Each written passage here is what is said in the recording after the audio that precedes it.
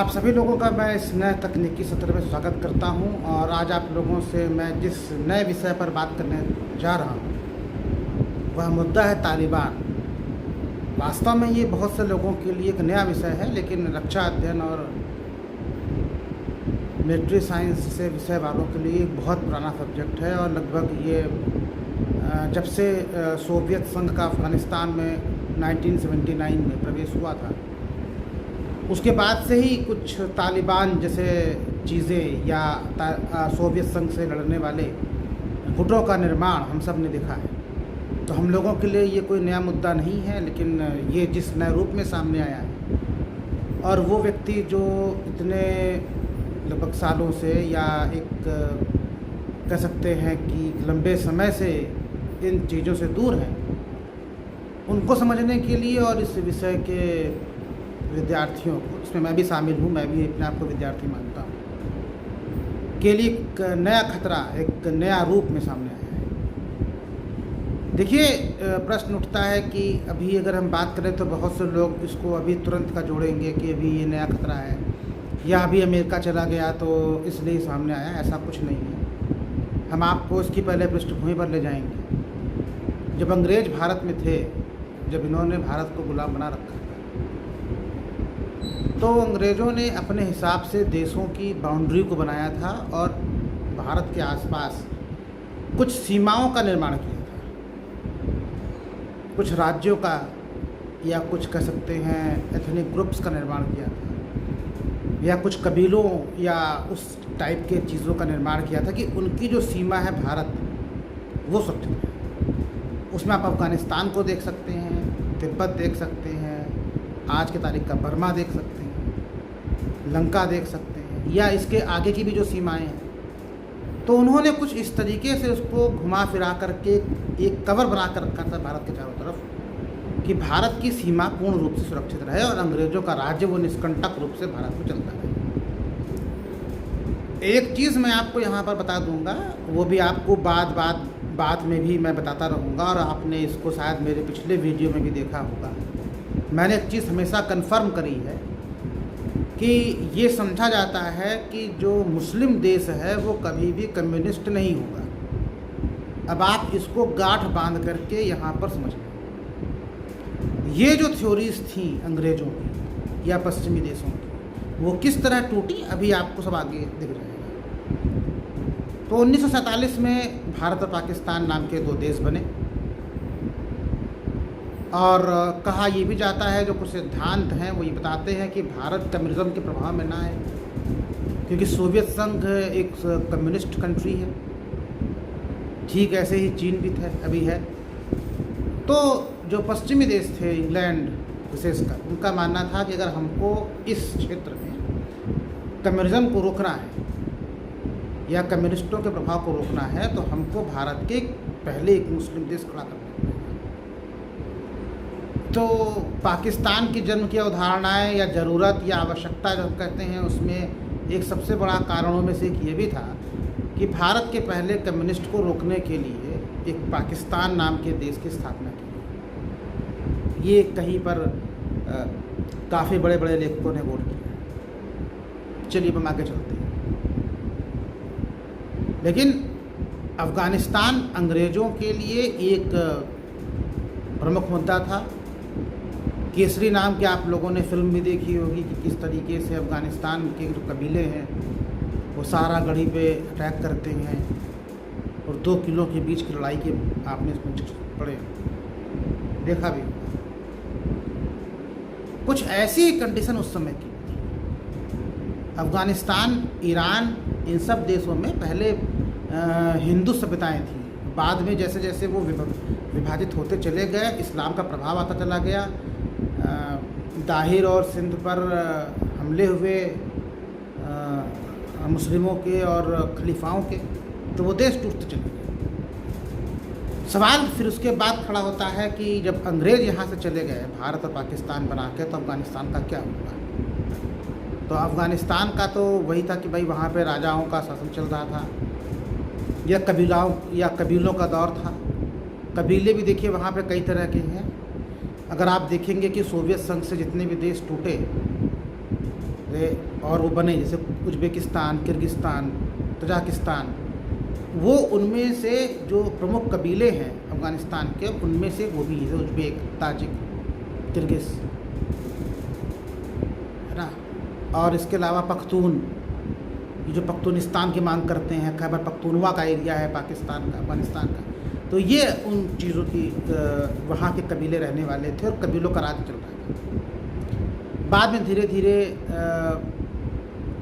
1933 से लेकर 73 तक जहीर शाह राजा थे अफ़गानिस्तान की, उनका राज चला 73 तक। उसके बाद कहा जाता है कि 1973 में उनका तख्ता पलट कर दिया गया, वो विदेश चले गए, भागने को मजबूर हो गए। और उसके बाद फिर एक तरीके से कम्युनिज़्म वहाँ पर पैदा हुआ।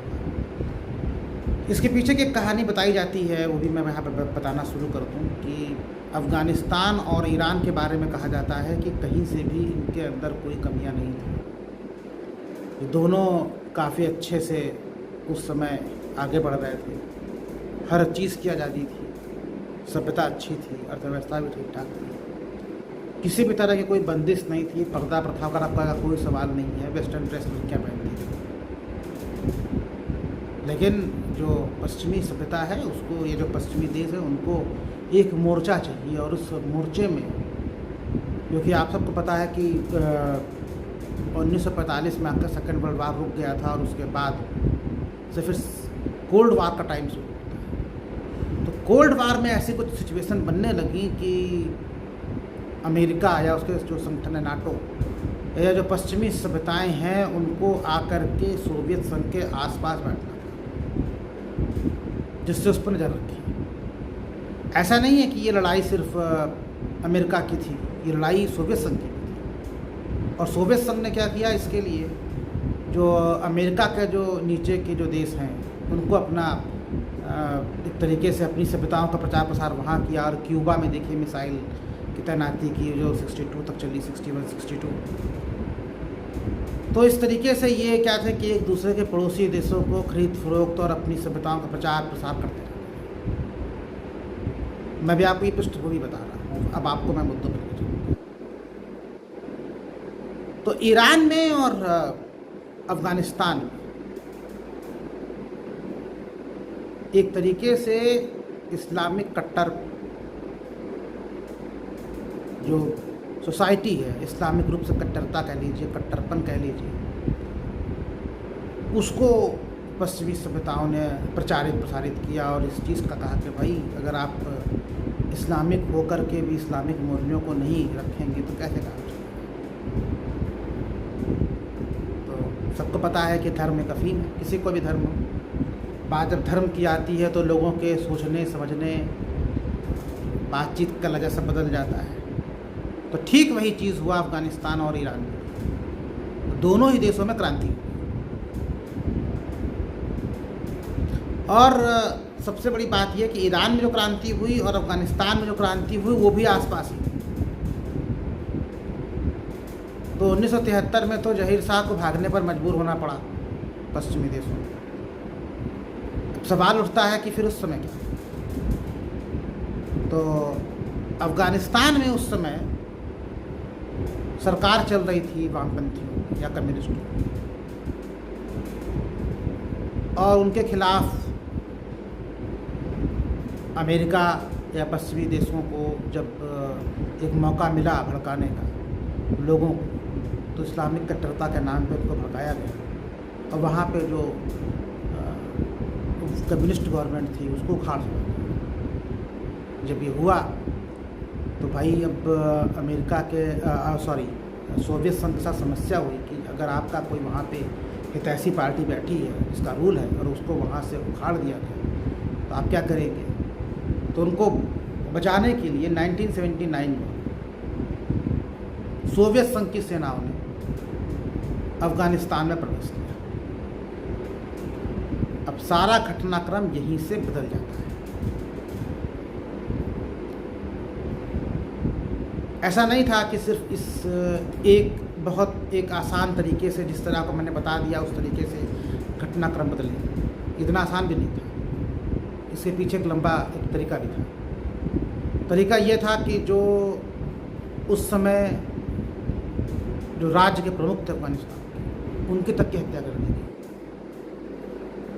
और जिसके पास सत्ता थी उसको भी मार के और उसको खंभे से लटकाया गया था। जो आज आप तालिबानी करना देख रहे हैं सत्ता का, वो आज का खेल नहीं, वो बहुत पहले का खेल है। तो इन सब चीज़ों से बचने के लिए और बचाने के लिए सोवियत संघ ने कहा मैं बचाने आऊँगा, और वो 1979 में अफ़गानिस्तान में प्रवेश कर गया। तो मैंने आपको 10 मिनट में एक छोटे से तरीके से बता दिया, ये आपके जो दिमाग में एक बात बैठ जाए कि किस तरीके से चीज़ें वहाँ से खुलना शुरू। अब समस्या फिर एक नहीं पैदा कि 1979 में अफ़गानिस्तान में जब सोवियत संघ आ गया तो अब क्या होगा। देखिए, एक डिप्लोमेसी में कुछ ना कुछ चलता रहता है, उसमें अगर हाँ या ना भी कहेंगे और सोच के चुप भी रहेंगे तो उसका एक मतलब होता है। डिप्लोमेसी में सब कुछ नहीं कहा जाता, उसमें अगर एक अक्षर भी लिख दिया गया या कह दिया गया तो उसका कई मतलब निकलता है, और यही कूटनीतिज्ञों की भाषा है। मैं आपको और आसान कर दूँ, एक न्यूटन का तीसरा नियम है, क्रिया होगी तो प्रतिक्रिया पक्की होगी, क्रिया के विपरीत प्रतिक्रिया। तो अब क्रिया के प्रति रूप में या क्रिया के प्रतिक्रिया जो होगी अब अफ़गानिस्तान में किस तरह होगी, मैं आपको इसके नेक्स्ट वीडियो